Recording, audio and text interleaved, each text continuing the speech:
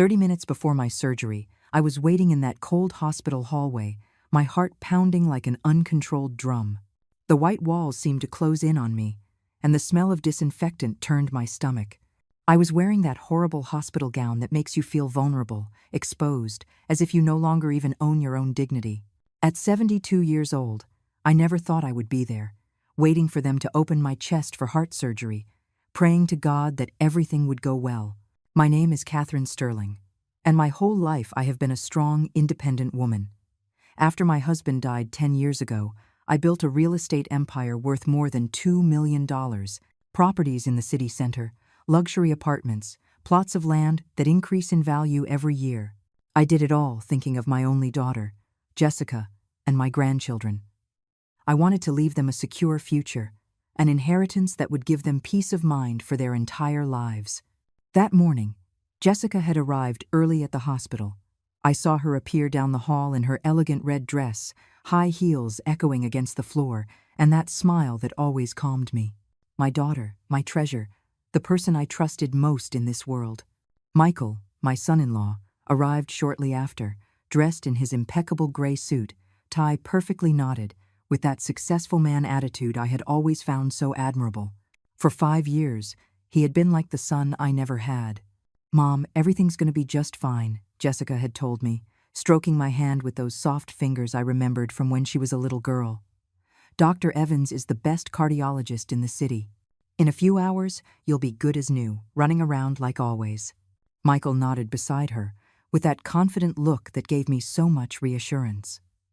"Catherine, you are a very strong woman. This surgery is nothing for someone like you. I felt blessed to have such a family." Jessica had been with me at every doctor's appointment over the past few months, organizing everything, asking the doctor about every detail of the procedure. Michael had taken care of speaking with the insurance company, coordinating payments, and making sure I had the best private room in the hospital. They seemed like a perfect couple, united, genuinely concerned for my well-being. The room I was in was spacious, with large windows that let in the golden morning light. There were fresh flowers on the nightstand that Michael had brought that very morning, white lilies that perfumed the air and reminded me of my garden at home. On the wall hung a painting of a mountain landscape that gave me a strange sense of peace, as if it were a window to a better, calmer world. I remember staring at that painting as I waited, thinking of all the beautiful moments I had lived. My wedding to Robert, the birth of Jessica, her first steps, her graduation, the day she met Michael and told me she had found the love of her life. All those memories seemed to form a perfect movie of family happiness. Michael had always been attentive to me. Every Sunday he would come to my house for lunch, help me with the property documents, and explain investments with a patience few young men have for older women. "Mother-in-law," he would say with that charming smile, "you are very smart when it comes to business. You should teach me more of your tricks." And I, like a fool, felt flattered, proud to have such a respectful son-in-law. But then, everything changed in an instant that would mark my life forever. I was lying on that stiff gurney, pretending to sleep because my nerves had exhausted me, when I heard them talking in the hallway. At first, their voices were distant, but they grew closer until they were right on the other side of my partially open room door. Michael's voice came through clearly, conspiratorial, charged with an emotion I had never heard in him before. "Jessica, in 3 hours, it will all be over. You have the documents ready, right?" His tone was cold, calculating, completely different from the caring man I knew. My heart sped up, and not because of the surgery awaiting me. "Yes, honey," my daughter replied in a voice that chilled my blood. "The fake will is perfect. As soon as she doesn't wake up from the anesthesia, or if she ends up in a vegetative state, we can proceed. The doctors already said that at her age, with her heart condition, complications are very likely." I was completely paralyzed. A fake will? A vegetative state? What were they talking about? My own children, the people I trusted most, were standing right there, discussing my death as if it were a business transaction. "Perfect," Michael continued, and I could hear him rubbing his hands together in satisfaction. "I've already spoken with the crooked notary. As soon as we have the death certificate or the declaration of mental incompetence, we can transfer the properties. The downtown apartments are worth $1.2 million, the land another $600,000, and the main house another $200,000. Almost $2 million, Jessica. We'll be rich. And the best part, my daughter added with a laugh that pierced me like a knife, is that no one will suspect a thing. Everyone will think it was a natural complication from the surgery, an accidental death, or at worst, she'll be a vegetable and we can manage her assets with power of attorney. My own mother, reduced to a signature on a document. In that moment, I felt as if the world was collapsing around me. The room began to spin, the white walls blurred, and a terrible nausea rose in my throat. How was it possible that my own daughter, the child I had raised with so much love, was planning my death? How was it possible that this man I considered a son was calculating the value of my life in dollars? My hands began to tremble uncontrollably, and I had to bite my lips to keep from screaming. Every word that came from their mouths was like a direct stab to the heart. My own flesh and blood, my own daughter, was standing right there calculating how much money she would get from my death. It was so surreal, so impossible to process, that for a moment I thought I might be hallucinating from the pre-op medication. And if something goes wrong with the plan? I heard Jessica ask, her voice sounding nervous, as if she were finally considering the consequences of their plot. What if she survives the surgery without complications? What if she wakes up perfectly fine? Michael let out a sinister laugh I will never forget. Don't worry, honey, I've already taken care of that too. I spoke with Mark, the night shift nurse. I paid him $5,000 to accidentally give her an extra dose of morphine during recovery. It will be impossible to detect in an autopsy. It will look like a normal post-operative complication. I felt the blood freeze in my veins. Mark? The nurse who had always seemed so kind, so professional? He was involved in this diabolical conspiracy too? My world was falling apart piece by piece, and all I could do was lie there, pretending to be asleep, while I listened to the details of my own murder. Perfect, Jessica replied, and the relief in her voice made me sick. So it doesn't matter what happens in the surgery. One way or another, by tonight, Mom won't be with us anymore. And tomorrow morning, we'll be millionaires. Exactly. And think about it, Jessica. We won't have to pretend we care anymore. We won't have to come over every Sunday to listen to her repetitive stories about the past. We won't have to put up with her advice on how to manage our marriage. We'll finally be free and rich. Every word was a hammer blow to my soul. Repetitive stories, annoying advice. For all these years, I had believed they enjoyed my company, that they valued our family relationship. I had tried so hard to be a good mother, a good mother-in-law, a good grandmother. I had given them everything I had, not just materially, but emotionally. And it turns out it had all been a lie, a perfect performance to keep me trusting until the moment came to execute their macabre plan. The only thing that bothers me a little, Jessica continued in a thoughtful tone, is that the kids will ask about their grandmother. What are we going to tell them? We'll tell them Grandma was very old, that her heart just couldn't take it anymore, and that now she's in heaven watching over them. Kids forget quickly, Jessica. In a few months, they won't even remember her. And when they grow up, they'll only remember that their grandmother left them an inheritance that allowed them to have a comfortable life. My grandchildren, my little treasures, 5 and 7 years old. I thought of their angelic faces, how they would run to me every Sunday shouting Grandma Catherine, with that pure joy only children can feel.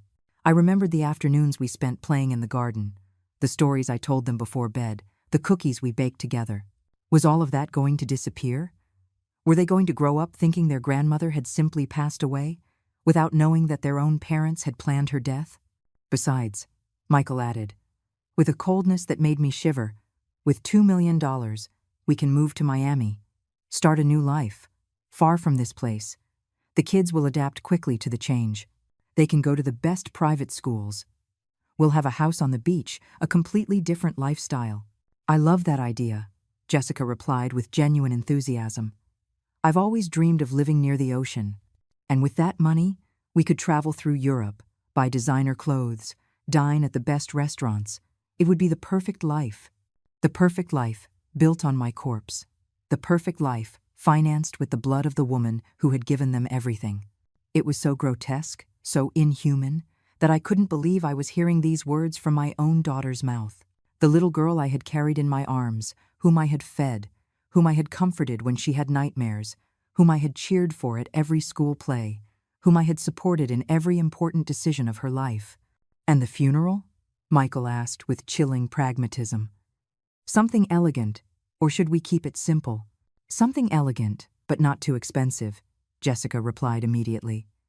We have to look grief-stricken, but we don't want to spend too much of the inheritance on the funeral. A decent casket, nice flowers, and an emotional ceremony where we can cry convincingly in front of everyone. Cry convincingly. Those words were seared into my mind like a branding iron. My own daughter was already rehearsing how to fake grief over my death, how to play the part of the bereaved daughter so no one would suspect the truth. It was such an elaborate, cold performance that I realized they had probably been planning this for months, maybe even years. Perfect. And after the funeral, we wait a week or two to process the legal documents. We don't want to seem desperate. We have to keep up appearances, Michael concluded. At that moment, I heard footsteps approaching down the hall. It was Nurse Brenda, an older woman in her 50s who had been especially kind to me since I arrived at the hospital. Her steps were firm, and I could hear her white shoes approaching my room. Mrs. Sterling, Brenda said in a soft voice, in 15 minutes, we need to take you to the operating room. How are you feeling? Jessica and Michael hurried into the room, and suddenly their faces transformed completely. The perfect masks of family concern slipped over their features as if they were professional actors. Jessica approached my gurney with tears in her eyes. Tears I now knew were completely fake. Oh, Mom, you're awake. Did you hear anything? We were just talking in the hall about how nervous we are, she said with a performance so convincing that, had I not heard the previous conversation, I would have believed every word. No, honey, I was asleep, I mumbled, trying to control my voice so it wouldn't tremble. I just heard the nurse arrive. Michael stood on the other side of the gurney and took my other hand. His fingers felt cold, like a reptile's, but his smile was warm and reassuring. Catherine, we want you to know that we'll be right here waiting for you when you come out of surgery. Don't you worry about a thing. We'll take care of everything while you recover. Yes, they would take care of everything. They would take care of my death, my funeral, dividing my inheritance, moving to Miami with blood-stained money. The irony was so cruel it made me want to laugh and cry at the same time. Brenda began to prepare the gurney to move me to the OR, checking medical documents, adjusting the blankets, verifying my ID bracelet. The whole normal pre-surgery protocol for what could be my last, but which instead of being a medical procedure to save my life, had become the perfect opportunity for my own family to murder me. Are you ready, Mrs. Sterling? Brenda asked with that calming professionalism that characterized the best nurses. Yes, I replied, though inside I was screaming no, that I wasn't ready to die, that I didn't want my life to end in such a treacherous way. But a plan was forming in my mind, a desperate idea that maybe, just maybe, could save my life. As Brenda pushed my gurney down the hallways toward the operating room, my mind was racing. Every passing second was crucial. Every moment could be the difference between life and death. I knew I had to act fast, but I also had to be smart. If Jessica and Michael suspected I had overheard their conversation, they would accelerate their plans or find another way to eliminate me. Brenda, I whispered when we were far enough away from Jessica and Michael, I need to ask you a very important favor. It's an emergency. The nurse leaned toward me with genuine concern in her eyes. What's wrong, Mrs. Sterling? Are you feeling unwell?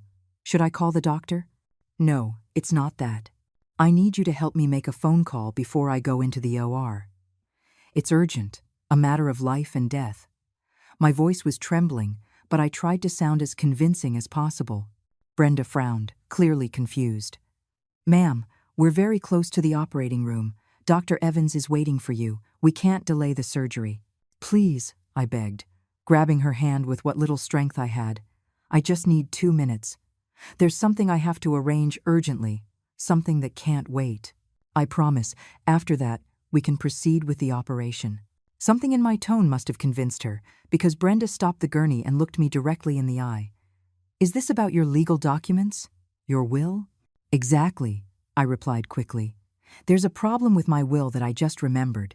If something happens to me during the surgery, my family could have serious legal trouble. I just need to make a quick call to my lawyer. Brenda seemed to understand the gravity of the situation. All right, but it has to be very quick. I'll take you to a private room near the OR. You can make your call there while I tell the doctor we need 5 more minutes. My heart pounded, but this time with hope instead of terror.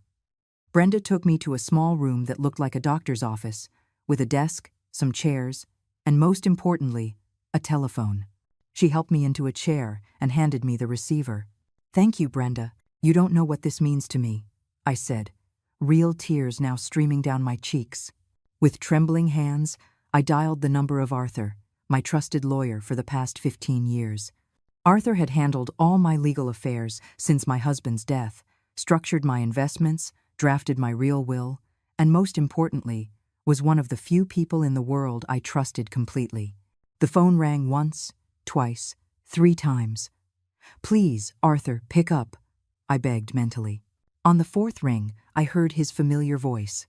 "Arthur Vance Law Office, this is Arthur." "Arthur, it's Catherine Sterling.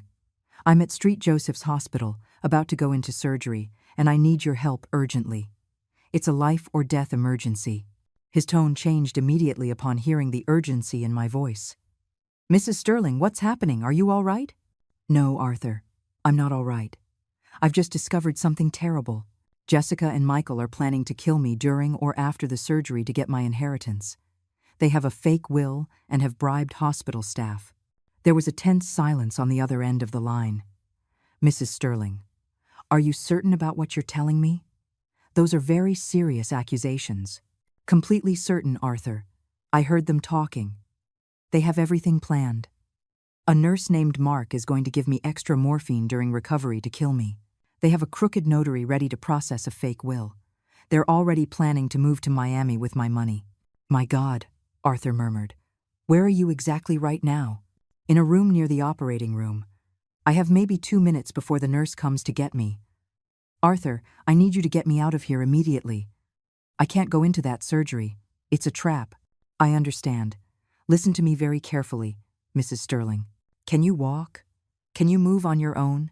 "Yes, I'm weak, but I can walk.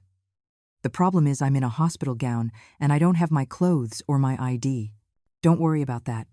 I'm sending my assistant, Sarah, to the hospital immediately with clothes and everything you need. In the meantime, you have to get out of that operating room, no matter what. Make any excuse, but do not let them operate on you today. What if they suspect something? What if they realize I overheard them? Stay calm and act normally. Tell them you're feeling very nervous, that you want to postpone the surgery for a few days.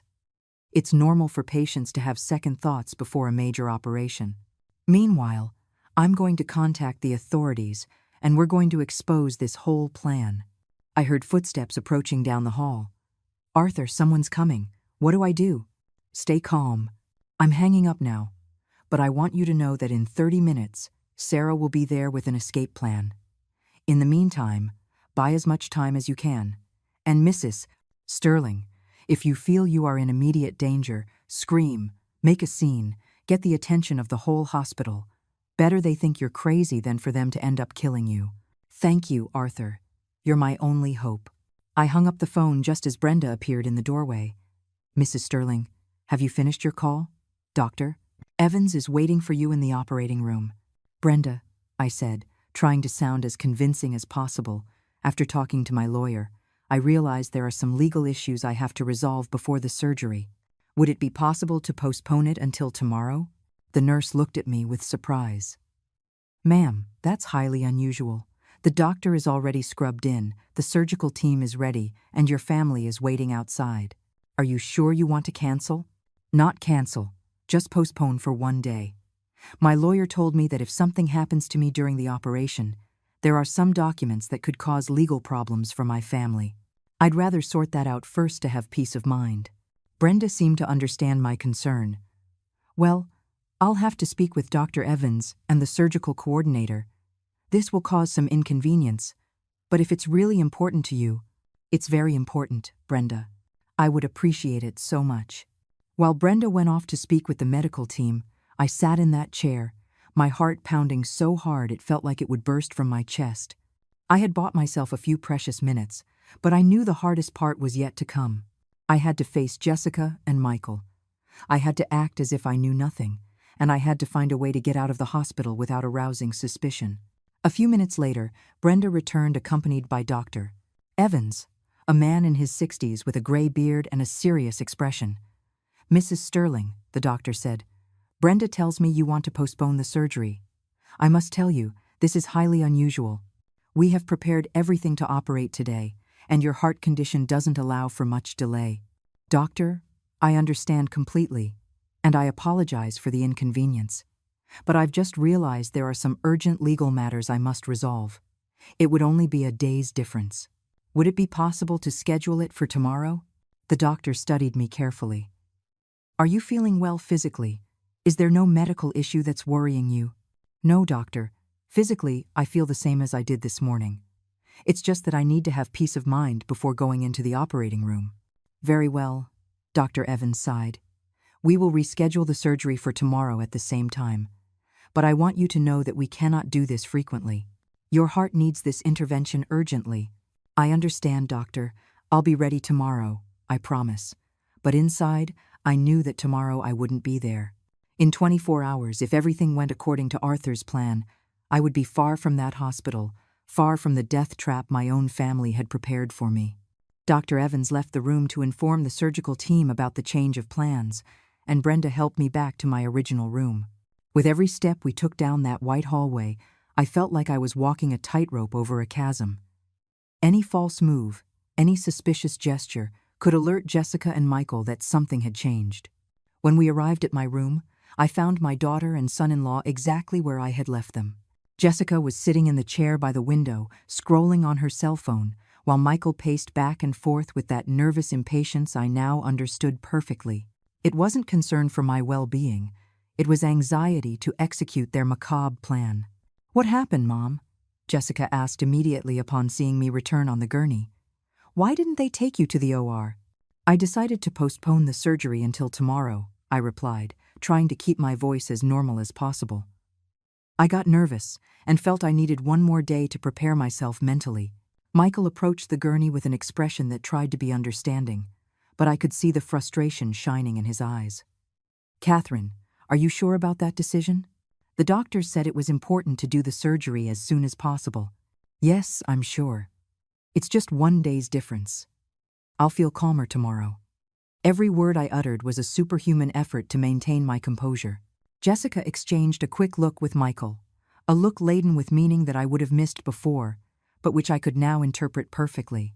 It was frustration, it was concern about their plans being delayed, it was the silent communication of two accomplices whose timeline had just been altered.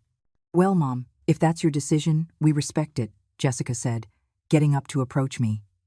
"The important thing is that you feel comfortable and calm." But there was something different in her attitude. Her movements were more tense, her smile more forced. It was as if she had detected that something wasn't quite right, even if she couldn't pinpoint exactly what. "You know what, Mom?" Jessica continued. "Maybe it's better if you stay alone for a while to rest. Michael and I are going to go get some lunch, and then we'll come back to keep you company this afternoon." "No, honey, you don't have to leave. I like having company," I replied quickly, because the last thing I wanted was to be left alone in that room where Mark, the corrupt nurse, might come to visit me. "We insist, Catherine," Michael said with that firm but gentle tone he used when he wanted things done his way. "You need to rest, and we also need to get some fresh air. It's been a very tense few hours for everyone." I had no choice but to agree. "All right, but don't be too long. I don't like being alone in the hospital." "We'll be back in 2 hours, Max," Jessica promised, kissing my forehead with those lips that now seemed poisonous to me. "Rest, Mom. Tomorrow will be a very important day." Yes, I thought, tomorrow would be very important, but not in the way they imagined. After they left, I lay in bed, counting every second that passed. 20 minutes had gone by since my call with Arthur, which meant Sarah should arrive in 10 more minutes. But 10 minutes could feel like an eternity when your life is in danger. I tried to stay calm by remembering all the years Arthur had worked for me. He had handled the sale of my first properties when my husband died. He had structured the investments that had made me wealthy. He had drafted contracts. He had resolved legal disputes. If anyone could get me out of this nightmare, it was him. Exactly 30 minutes after my phone call, a young woman appeared at the door of my room. It was Sarah, Arthur's assistant, a woman of about 25 with brown hair tied back in a ponytail and dressed in a gray business suit. She was carrying a small suitcase and wore an expression of determination that filled me with hope. "Mrs. Sterling," she said in a low voice, approaching my bed. "I'm Sarah. I work with attorney Arthur Vance. He sent me to help you." "Thank God," I whispered, feeling an enormous sense of relief. "Did you bring what I need?" "Everything is here," Sarah replied, opening the suitcase. "Comfortable clothes, shoes, identification documents, cash, and the keys to a car that's waiting for you in the hospital parking garage." Sarah took out a simple outfit: jeans, a white blouse, a light jacket, and sneakers. All in my exact size. Arthur had thought of every detail. "What's the plan?" I asked as I slowly sat up in bed. "Mr. Vance is currently filing a formal complaint with the district attorney's office. He has the recording of your phone call as initial evidence and has already requested a full investigation into your daughter, your son-in-law, and Nurse Mark. In the meantime, we have to get you out of here immediately. And how are we going to do that without anyone seeing us?" Sarah smiled with a confidence that calmed me. "I've already taken care of that. I spoke with the hospital administration and told them you had requested to be transferred to a private clinic for a second medical opinion. It's completely legal and normal in cases of complex heart surgeries." "Brilliant," I murmured, impressed by the efficiency of Arthur and his team. "You need to get dressed quickly, Mrs. Sterling. In 5 minutes, an official orderly will be here to get you for the transfer. Your daughter and son-in-law won't be back for another hour, by my calculations, so we have plenty of time." I got out of bed with trembling legs but with a steely determination. It was the first time in hours I felt I had any control over my own life. Sarah helped me out of the hospital gown and into the clothes she had brought. The jeans fit perfectly, the blouse was soft and comfortable, and the sneakers gave me a sense of stability I hadn't felt since the morning. "Do I look presentable?" I asked, looking at myself in the small mirror in the room. "Perfect. You look like a normal woman leaving the hospital after a routine consultation. No one will suspect a thing." Sarah packed my hospital gown into the suitcase and checked to make sure no evidence of what had just happened was left behind. Then she handed me a folder with documents. "These are the medical transfer papers. If anyone asks, you are going to the street. Raphael Clinic for a specialized cardiology consultation. A Dr. Harris is waiting for you there." Is there really a Dr. Harris waiting for me? Of course. Mr. Vance took care of everything. You are actually going to have a full medical consultation to document your current state of health. That will be important for the legal investigation. At that moment, we heard footsteps in the hallway. Sarah and I tensed up, but it was exactly who we were expecting: a uniformed orderly with a wheelchair. "Mrs. Catherine Sterling?" The man, an older gentleman of about 50 with a professional expression, asked. "I'm here to transfer you to the Street Raphael Clinic." "Yes, that's me," I replied, feeling my heart race again, but this time with excitement instead of terror. Sarah helped me into the wheelchair and placed the suitcase on my lap. "Remember, Mrs. Sterling, stay calm. Everything is under control." As the orderly pushed my chair down the hospital hallways, I felt as if I were escaping from a prison. Every foot we advanced took me further from the death trap my own family had prepared. We passed the reception desk, the waiting room, the doctor's offices, and finally reached the main entrance. The afternoon sun hit my face like a divine caress. Just a few hours ago, I had entered this hospital believing I was going for a life-saving surgery. Now I knew I had been about to voluntarily walk into my own execution. "The car is over there," Sarah said, pointing to a silver sedan parked near the entrance. "The keys are in my purse. Can you walk that far?" "Of course," I replied, getting up from the wheelchair with an energy I hadn't felt in weeks. "Sarah, I don't know how to thank you for all of this." "Don't thank me, Mrs. Sterling. Thank Mr. Vance when you see him. He moved heaven and earth to organize all of this in 30 minutes. We walked to the car, and Sarah helped me into the passenger seat. When she closed the door and got behind the wheel, I could finally exhale completely for the first time since I had overheard that terrible conversation. "Where are we going now?" I asked as Sarah started the engine. "First to the Street Raphael Clinic for your medical consultation, then to a safe place where you can rest while Mr. Vance handles the legal situation. Your daughter and son-in-law are in for a big surprise when they get back to the hospital." As we drove away from the hospital, I looked in the rearview mirror and saw the building getting smaller in the distance. It was the place where I had almost died, but it was also the place where my resurrection had begun. As Sarah drove through the city streets, I couldn't stop checking the rearview mirrors, expecting to see Michael's car appear at any moment. My hands trembled slightly, but it was no longer just from fear, but also from a strange mix of adrenaline and hope I hadn't felt in years. "Mrs. Sterling," Sarah said, noticing my nervousness, "you can relax. Right now, your daughter and son-in-law are having a quiet lunch, believing you're resting in your hospital room. They won't realize anything until an hour from now, when they return and find you gone. And what will happen when they realize? Won't they try to find me? Of course, they will. But by then, you will be in a completely safe place, surrounded by witnesses and with medical documentation proving you are perfectly lucid and in control of your mental faculties. They won't be able to do a thing." The Street Raphael Clinic was located in an elegant part of the city, surrounded by well-kept gardens and with a modern architecture that inspired confidence. It was completely different from the hospital, where I had been smaller, more personal, more welcoming. Dr. Harris turned out to be a man in his 60s, with graying hair and a genuine smile that immediately put me at ease. His office was decorated with medical diplomas, family photographs, and plants that gave it a homey atmosphere. "Mrs. Sterling," he said after giving me a complete physical exam, "according to all the tests we've just run, you are in excellent physical and mental condition for a person your age. Your blood pressure is stable, your heart rate is normal, and mentally you are completely alert and oriented."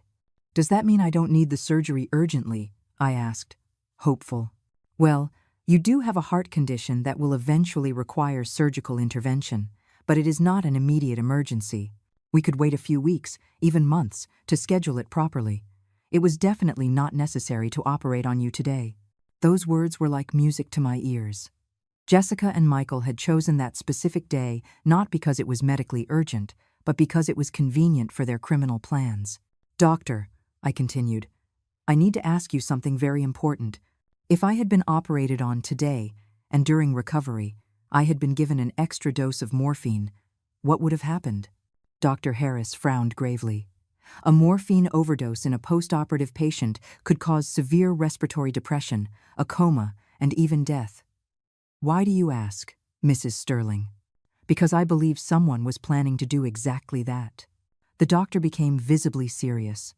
"That is a very grave accusation. If you have suspicions that someone wanted to deliberately harm you, you must report it to the authorities immediately." "We are already on it, doctor. My lawyer is handling the situation." After completing all the medical exams and obtaining copies of all the results, Sarah and I headed to what would be my temporary refuge, a suite in a luxury hotel in the city center. Arthur had thought of everything. It was a place where I would be safe, comfortable, and surrounded by witnesses 24 hours a day. The suite was spacious and elegant, with a spectacular view of the city. It had a living room, a large bedroom, a luxurious bathroom, and most importantly for my situation, 24-hour phone service and private security in the building. "Mr. Vance will be here in an hour," Sarah informed me as she organized my few belongings. "In the meantime, you can rest, order room service, or whatever you need. I will stay here until he arrives." I sat on the living room sofa, and for the first time all day, I could truly process what had happened. My own daughter, the child I had raised with so much love, had planned my death. The man I considered a son had calculated the value of my life in dollars. It was a betrayal so deep, so painful, that a part of me still couldn't fully believe it. But at the same time, I felt a strange sense of liberation. For years, perhaps without realizing it, I had been living to please others, trying to be the perfect mother, the perfect mother-in-law, the perfect grandmother. I had given my all without asking for anything in return, believing that was love. Now I realized I had been living a lie. The room phone rang, interrupting my reflections. It was the hotel reception. "Mrs. Sterling, there is a couple down here asking for you. They say they are your daughter and son-in-law. Would you like us to let them up?" My heart immediately raced. "No," I replied firmly. "I do not want to see them. Please tell them I am not registered at this hotel." "Understood, Mrs. Sterling. Is there anything else we can do for you?" "Yes. If that couple insists or causes any trouble, call the police immediately." Sarah, who had heard the conversation, went to the window and looked down at the street. "I see them," she said. "They're standing in front of the hotel, talking heatedly. Jessica looks very upset, and Michael is on the phone. How did they find me so quickly? They probably called every hotel and clinic in the city. But don't worry, Mrs. Sterling. They can't do anything. You are here of your own free will. You are a competent adult, and you have every right to be wherever you want." 20 minutes later, the phone rang again. This time it was Arthur's familiar voice. "Catherine, I've just arrived at the hotel. Are you all right?" "Yes, Arthur, I'm fine. But Jessica and Michael are down here looking for me." "I know. I saw them when I arrived." "Don't worry, they're leaving now. Apparently, the hotel staff made it very clear that they could not disturb you." 5 minutes later, Arthur knocked on the door of my suite. Seeing him, I felt an enormous relief.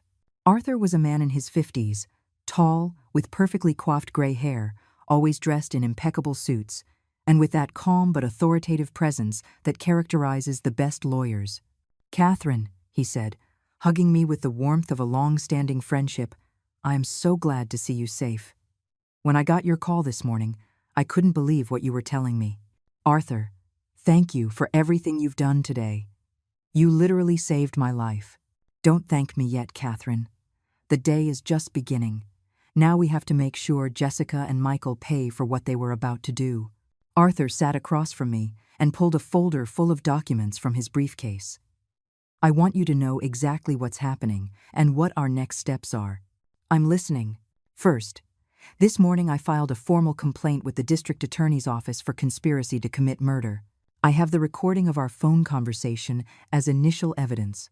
Second, I requested a full investigation of Jessica and Michael's finances to determine if they have been gradually stealing money from you over the years. That possibility hadn't occurred to me, but it made a lot of sense. Do you think they've been stealing from me?" "It's very possible, Catherine. People who plan such an elaborate murder have likely been preparing for a long time. Third, I have already contacted Street, Joseph's hospital, to investigate Nurse Mark. If he really accepted money to kill you, we will have solid evidence." "And the fake will they mentioned?" "That's an excellent question. Tomorrow, we will go to my office together to review your real will and ensure it is completely protected. We will also create new security measures so that no one can forge your legal documents." Arthur continued explaining the legal details. But I was thinking about something more personal. "Arthur, what's going to happen to my grandchildren? They're innocent in all of this." "I understand your concern, Catherine, and it's very noble of you to think of them after what their parents tried to do to you. Legally, we can structure things to protect the children's future without benefiting Jessica and Michael." "How?" "We can create a special trust fund for your grandchildren, managed by a neutral third party. The money would be available for their education, health, and necessary expenses, but Jessica and Michael would never be able to touch it." I liked the idea immediately. My grandchildren were not to blame for their parents' crimes, and they deserve to have a secure future. "There's something else, Catherine," Arthur continued with a more serious expression. "Tonight, Jessica and Michael are going to realize their plans have completely failed. They are going to be desperate, and desperate people can do unpredictable things. Therefore, starting tomorrow, you will have personal security protection 24 hours a day. Is that really necessary?" "Absolutely. We have ruined a plan that would have netted them $2 million. We don't know how far they are willing to go to get that money back." At that moment, my room phone rang again. It was the front desk. "Mrs. Sterling, the couple who was here earlier, has just returned. This time, they brought 2 small children. They are in the lobby and say the children want to see their grandmother." "My grandchildren." Jessica had brought my grandchildren to emotionally blackmail me. I felt as if a dagger had been plunged into my heart. Using my grandchildren as emotional blackmail was a cruelty that went beyond anything I had imagined. Arthur, who had heard the conversation, looked at me with understanding and, at the same time, professional concern. "Catherine, this is exactly what we expected. They are going to use every emotional resource possible to manipulate you. What do you want to do?" My hands trembled as I held the receiver. I could perfectly picture the scene in the lobby. My little Leo and Sophia, 5 and 7 years old respectively, confused and scared, wondering why they couldn't see their grandmother. Jessica had probably told them I was sick, that I needed to see them urgently. "Tell them to come up," I finally said to the receptionist. "But only the children. The adults stay in the lobby."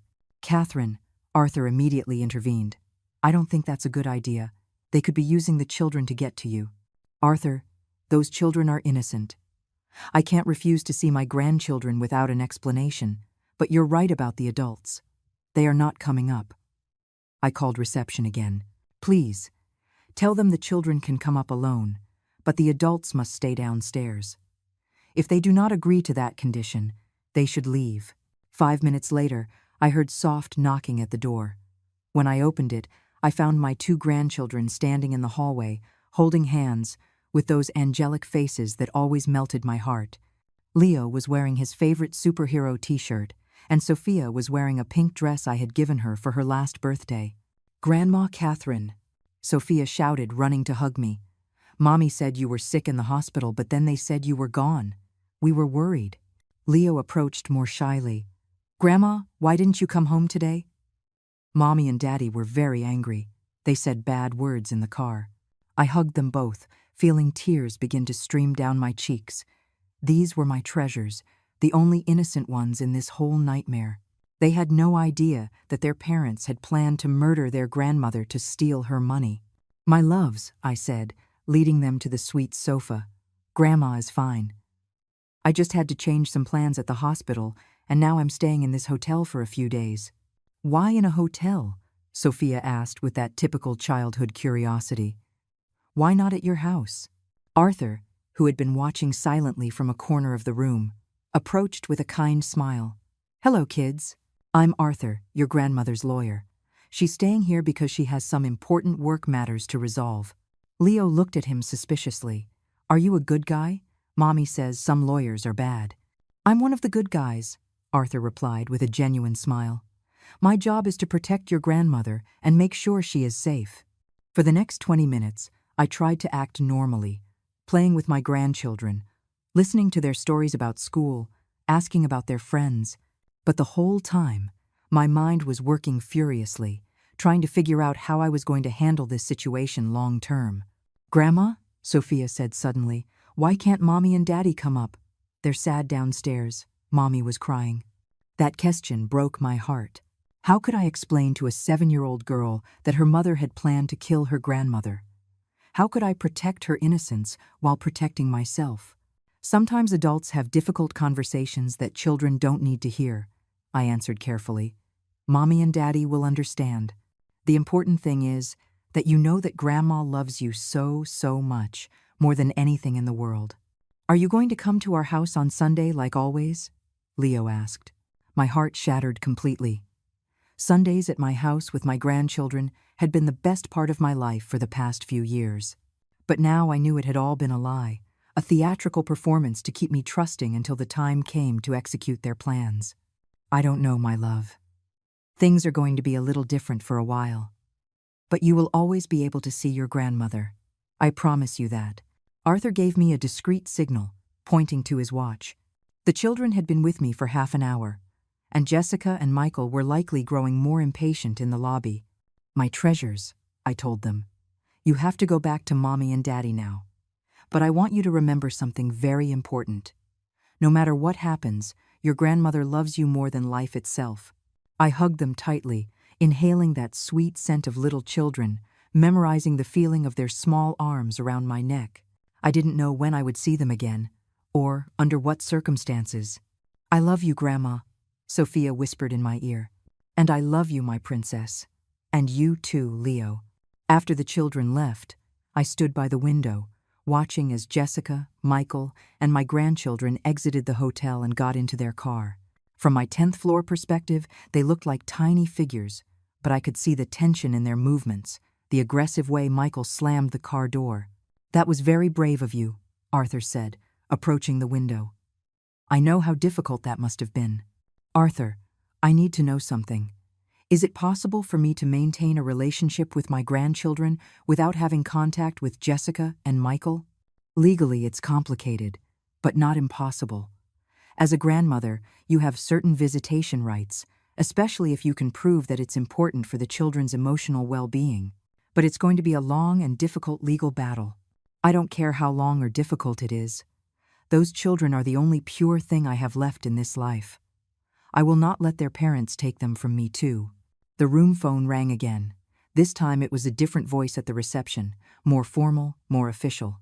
"Mrs. Sterling, this is the head of hotel security. We have a problem. The couple who came looking for you has returned again. But this time, they brought reporters and television cameras. They are outside the hotel claiming you have been kidnapped and that they are worried for your well-being." Arthur and I exchanged alarmed glances. This was an escalation we hadn't anticipated. "Reporters?" I asked in disbelief. "Yes, ma'am. There are 2 news vans parked outside, and the couple is giving interviews saying that you disappeared mysteriously from the hospital, and they suspect someone is holding you against your will." Arthur immediately took the phone. "This is Attorney Arthur Vance. I am Mrs. Sterling's legal representative. I want you to know that she is here completely of her own free will, of sound mind, and is under no circumstances being held against her will." "I understand, Mr. Vance, but the reporters are asking for a direct statement from Mrs. Sterling to confirm she is all right." Arthur looked at me questioningly. "It was my decision. Tell them that in 1 hour, Mrs. Sterling will hold a press conference in the hotel lobby to clarify the entire situation," I replied with a determination that surprised me. Arthur hung up the phone and looked at me with concern. "Catherine, are you sure you want to do this? A press conference is very public, very final.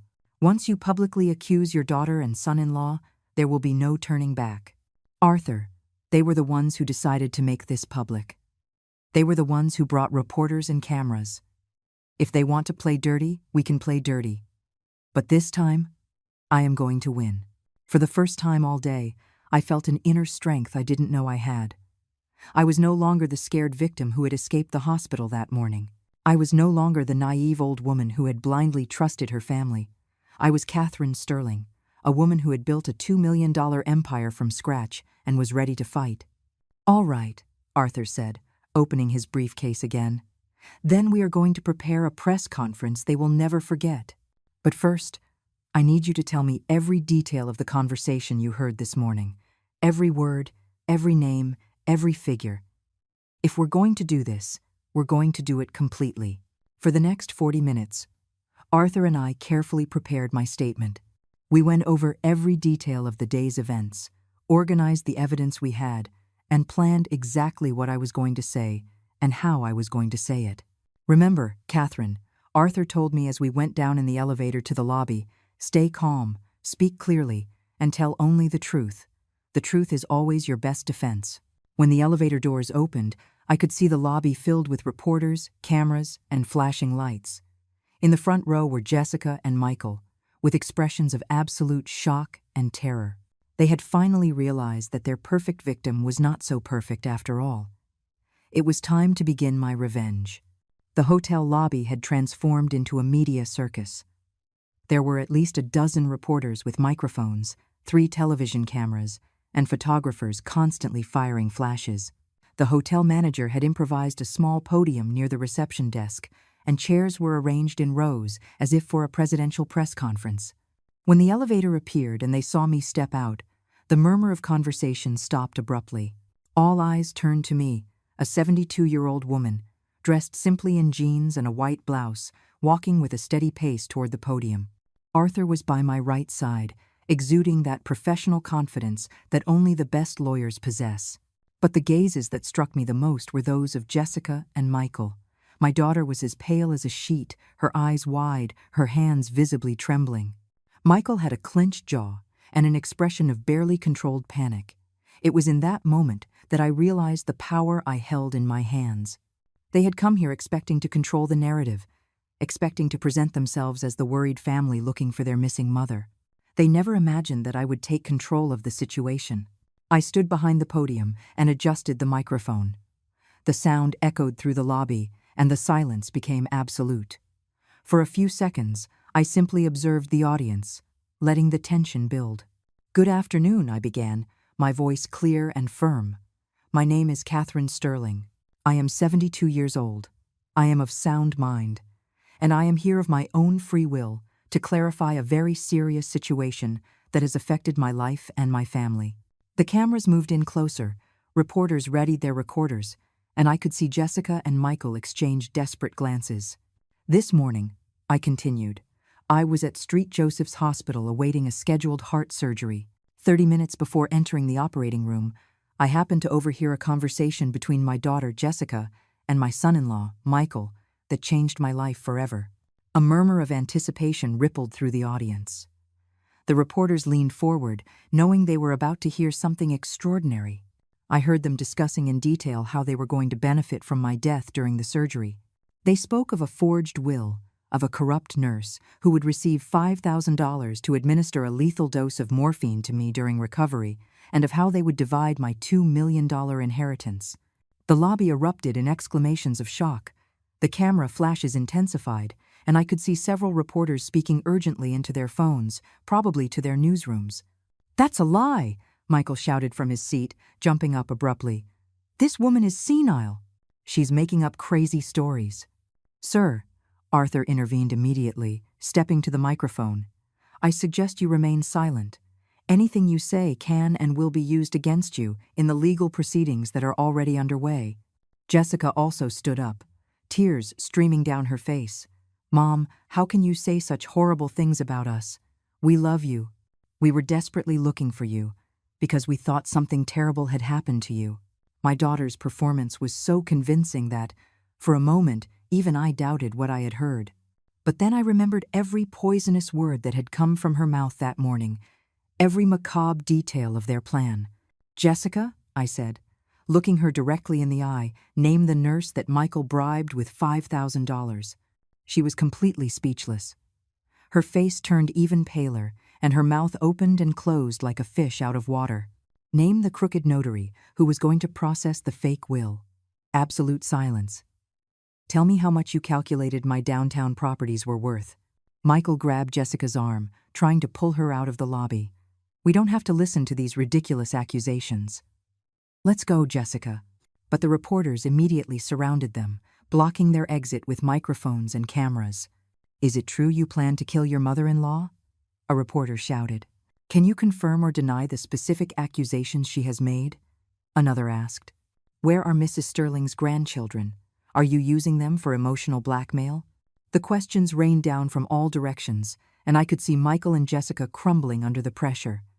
They could no longer maintain their masks of a concerned family. Pure panic had taken over their faces. I returned to the microphone to continue my statement. "I want everyone to know that I am not acting out of revenge or resentment. I am acting to save my life. This morning, I literally escaped my own execution." "Mrs. Sterling," a reporter from the back shouted, "do you have physical evidence of these accusations?" Arthur stepped up to the microphone. "We have a recording of the phone call Mrs. Sterling made to me from the hospital, where she recounted in real time what she had heard. We have medical documentation proving that her surgery was not urgent and could have been postponed. And we have an ongoing investigation into the finances of the accused and the mentioned hospital staff." "Has the nurse, Mark, been arrested?" another reporter asked. "That information is part of the active investigation by the district attorney's office," Arthur replied professionally. At that moment, Jessica broke down, sobbing uncontrollably. "Mom, please! The children are watching us on television. Think about your grandchildren." That mention of my grandchildren filled me with a cold, calculated fury. "Now you worry about the children, Jessica, when you plan to leave them without a grandmother so you could buy a house in Miami?" The precision of that detail hit her like a slap. She had specifically mentioned Miami during their morning conversation, a detail I couldn't possibly have invented. "We didn't say anything about Miami," Michael muttered, but his voice was so weak it was barely audible. "Didn't you?" I replied, pulling a small notebook from my purse. "You also said that with $2 million, you could travel through Europe, buy designer clothes, dine at the best restaurants. Do you want me to continue reading my notes?" The color drained completely from their faces. They realized that not only had I heard them, but I had meticulously documented every detail of their conversation. "Mrs. Sterling," a television reporter asked, "what will happen now with your relationship with your daughter and son-in-law?" It was the question I had been waiting for, the opportunity to send my most important message. "My relationship with these people is over, forever," I declared, with a firmness that echoed throughout the lobby. When someone plans your murder for money, there is no forgiveness possible, no reconciliation possible. Trust, once broken in this way, can never be repaired. "And your grandchildren?" "My grandchildren are innocent in all of this. I will do everything legally in my power to maintain a relationship with them, protecting their financial future through trust funds that their parents will never be able to touch." Jessica let out a choked cry upon hearing that. The realization that they had not only lost the inheritance, but that I was actively excluding them from any future benefit hit her like a hammer. "You can't do that," she screamed. "We are your family." "My family would not have planned my death," I replied coldly. "My family would not have calculated the value of my life in dollars. My family would not have bribed nurses to poison me. You stopped being my family this morning when you decided I was worth more dead than alive." The reporters were writing furiously, the cameras capturing every gesture, every tear, every moment of this devastating confrontation. I knew this press conference would be national news, maybe even international.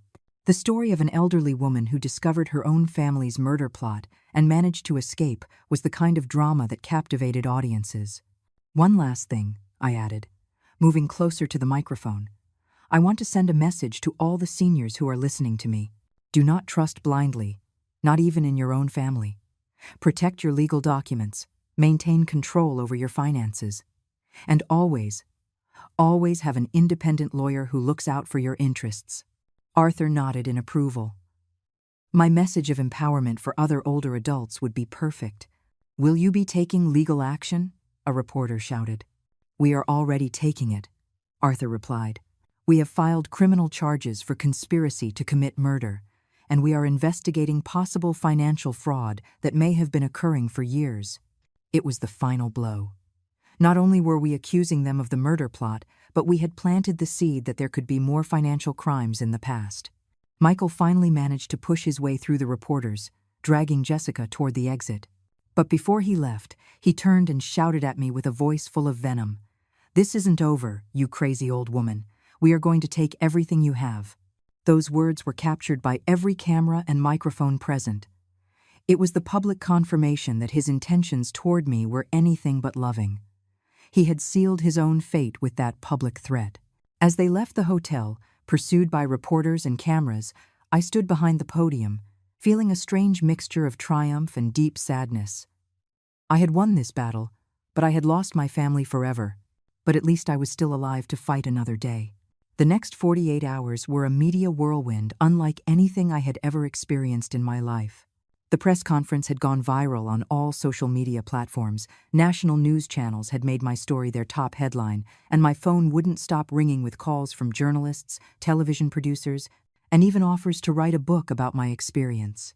Arthur had hired 2 professional bodyguards, who took turns protecting me 24 hours a day. It wasn't paranoia. It was a necessary precaution after the public threat Michael had made in front of the cameras. A man who plots his mother-in-law's murder for money is capable of anything when he sees his plans fall apart. "Catherine," Arthur told me during our breakfast in the hotel suite, "I have important news about the investigation." "I'm listening." First, they arrested Mark, the nurse. When investigators showed him the footage from the press conference and told him Michael had already mentioned him by name, he broke down immediately. He confessed everything: the $5,000, the plan for the extra morphine, the conversations he had with Michael over the past few weeks. I felt a mixture of satisfaction and horror. On one hand, we had definitive confirmation that everything I had heard was real. On the other, It was terrifying to know how close I had come to a meticulously planned death. Second, Arthur continued, we found evidence that Jessica and Michael have been stealing money from you for the past 3 years. Small amounts at first, but they gradually increased. In total, we estimate they took approximately $300,000. $300,000, I repeated in disbelief. How is it possible I didn't notice? They were very clever. They used their access to your bank accounts to make transfers that looked like legitimate expenses, property repairs that were never done, insurance policies that were never bought, fake investments. Michael has an accounting background that allowed him to cover his tracks very well. The betrayal was even deeper than I had imagined. Not only had they planned to kill me, but they had been systematically stealing from me for years. And the crooked notary? That's where it gets interesting, Arthur said with a cunning smile. We couldn't find any crooked notary willing to forge your will. We believe Michael was lying, maybe to impress Jessica or to sound more confident in the plan. He probably thought he would sort out that detail after your death.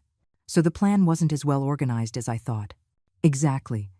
It was the plan of 2 amateurs desperate for money, not professional criminals, which makes them more dangerous in some ways, but also easier to catch. At that moment, my personal cell phone rang. It was a number I recognized immediately. My brother David, who lived in another city and with whom I had gradually lost contact over the last few years. Catherine? I heard his familiar voice, full of concern. I just saw the news. I can't believe what's happening. Are you okay? David, I replied, feeling a genuine emotion for the first time in days. It's so good to hear your voice. Yes, I'm okay. Scared, betrayed, but alive. Sister, I'm coming over there immediately. You shouldn't be going through this alone. I'm not alone, David. I have an excellent lawyer and security protection, but I would love to see you. I'm on the next flight. I'll be there tonight. After hanging up, I realized something important. For years, I had been so focused on pleasing Jessica and Michael that I had neglected other family relationships. David was my younger brother, an honest, hard-working man who had never asked me for anything. Maybe it was time to reconnect with the people who truly loved me unconditionally. Arthur interrupted my thoughts. Catherine, there's something else we need to discuss. Jessica and Michael have hired a lawyer and are preparing their defense. What kind of defense? They are going to claim you have senile dementia, that you invented the whole story, and that you are being manipulated by me to change your will in my favor. The audacity of that strategy left me speechless.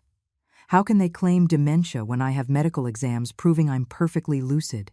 They will argue that the exams were conducted after I supposedly manipulated you and are therefore invalid.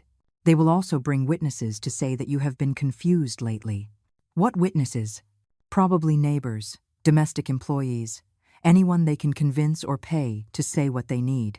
The realization that the battle was just beginning hit me like a cold wave. I had won the first round with the press conference, but they weren't going to give up easily. $300,000 already stolen, plus $2 million in potential inheritance, was worth fighting dirty for. What do we do? I asked. We document everything. We record all our conversations. We photograph all our meetings. We gather testimonies from people who can attest to your mental lucidity. And most importantly, you must continue to live your life normally, proving day by day that you are in full control of your faculties. That afternoon, while Arthur worked on the legal documents, I sat by the window of my suite, looking out at the city spread before me. For the first time in years, I felt truly free. I no longer had to pretend to enjoy those tense family dinners. I no longer had to listen to Michael's condescending advice about my finances. I no longer had to act like the perfect grandmother while they robbed me behind my back. My phone rang again. This time, it was an unknown number. Mrs. Sterling, a young female voice said, "My name is Valerie. I'm an investigative journalist. I've been following your case, and I'd like to make you a proposal." "What kind of proposal?" "We want to make a documentary about your story, not just about the attempted murder, but about the broader issue of financial abuse of the elderly. Your case could help thousands of people in similar situations." The idea immediately intrigued me. If my horrible experience could serve to protect other seniors from being victimized by their own families, then maybe all this pain would have been worth it. "I'm interested," I replied, but I would have to speak with my lawyer first. Of course. We also want to assure you that you would have complete editorial control over how your story is presented. We don't want to exploit your tragedy, but to empower you to help others. After hanging up, I thought about the extraordinary turn my life had taken. 3 days ago, I was a naive old woman who blindly trusted her family. Now I was a survivor, a potential activist, a woman who had reclaimed control over her destiny. My brother David arrived that night, and for the first time in 72 hours, I could completely relax. Being with someone who loved me unconditionally, who had no hidden agenda, who simply wanted to make sure I was okay, reminded me what it felt like to have a real family. "Catherine," he said, as we had dinner in the suite, "I always knew there was something strange about Michael. Too charming, too interested in your business. But I never imagined it would come to this. Why did you never say anything?" "Because you seemed happy. And after Robert died, I was afraid you would think I was jealous of your new family." It was another painful but important lesson. Sometimes the people who truly love us stay silent so as not to hurt us, while those who want to harm us never stop speaking sweetly. That night, for the first time since the hospital, I slept soundly. Tomorrow, a new phase of my life would begin, and I was ready to face it. 6 months after that life-changing press conference, I am sitting in my new office, reviewing the final documents from the trial. Arthur just called to confirm what we already knew was going to happen. Jessica and Michael were sentenced to 8 years in prison for conspiracy to commit murder and financial fraud. Mark, the corrupt nurse, received 5 years for attempted murder. Justice had finally been served.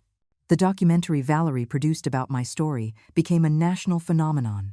Titled "The Grandmother Who Saved Herself," it has been seen by over 5 million people and has inspired changes in elder protection laws in 3 states.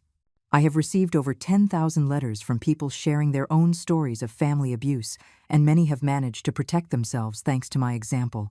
My brother David moved to live near me, and we have rebuilt the family relationship I had lost for years. It turns out that when you surround yourself with people who truly love you, life becomes much richer and more meaningful. The most complicated part of all has been the situation with my grandchildren. After months of legal battles, I managed to obtain supervised visitation rights.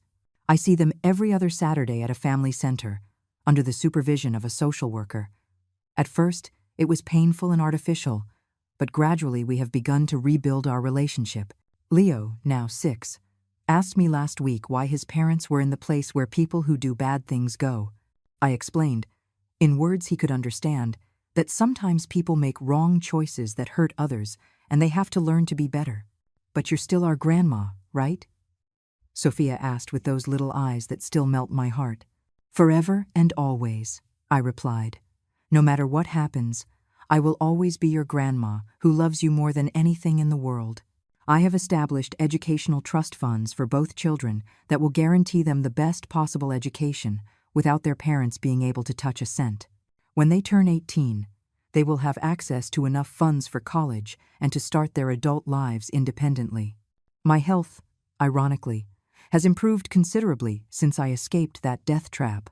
The stress of living with constant lies was slowly killing me, without me even realizing it. Now, surrounded by honesty and genuine love, my blood pressure has stabilized and my heart has grown stronger.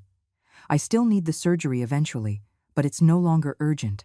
I have used my newfound fame to create the Catherine Sterling Foundation for the Protection of Seniors. We work with lawyers, social workers, and authorities to identify and prevent financial and physical abuse of the elderly by their own families. It is heartbreaking to discover how common this problem is, but it is also hopeful to see how many people we can help. Arthur is still my lawyer and has become one of my best friends. He helped me not only survive the crisis, but transform it into a purpose. "Catherine," he told me recently, "you turned the greatest betrayal of your life into its most important triumph." At 73, I have learned lessons I wish I had known sooner. Real family is not defined by blood, but by genuine love and loyalty. Forgiveness is not always possible or necessary when someone has tried to destroy you. And it is never, ever too late to take control of your own life and write a new chapter.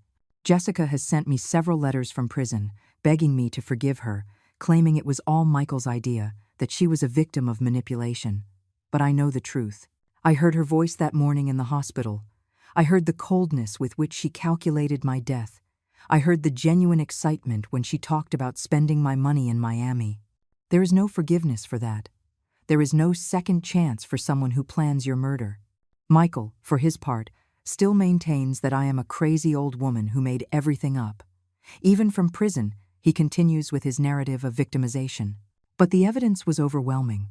Mark's confession, the bank records of the thefts, the recordings of our conversations, and the testimony of multiple witnesses about my mental lucidity.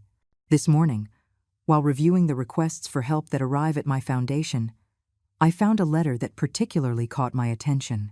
It was from a 68-year-old woman in a situation very similar to the one I lived through, suspecting that her son and daughter-in-law were planning something terrible to seize her inheritance. "Mrs. Sterling," she wrote, "your story saved my life. When I read about your experience, I realized that the signs I was seeing in my own family were not my paranoia. I sought legal help, hired private investigators, and we discovered that they had indeed forged several documents and were planning to have me declared mentally incompetent. Letters like that remind me why it was worth exposing my most intimate pain to the entire world. At the end of the day, when I returned to my new home, smaller but infinitely more peaceful than the last, I sit in my garden and reflect on the extraordinary journey my life has been.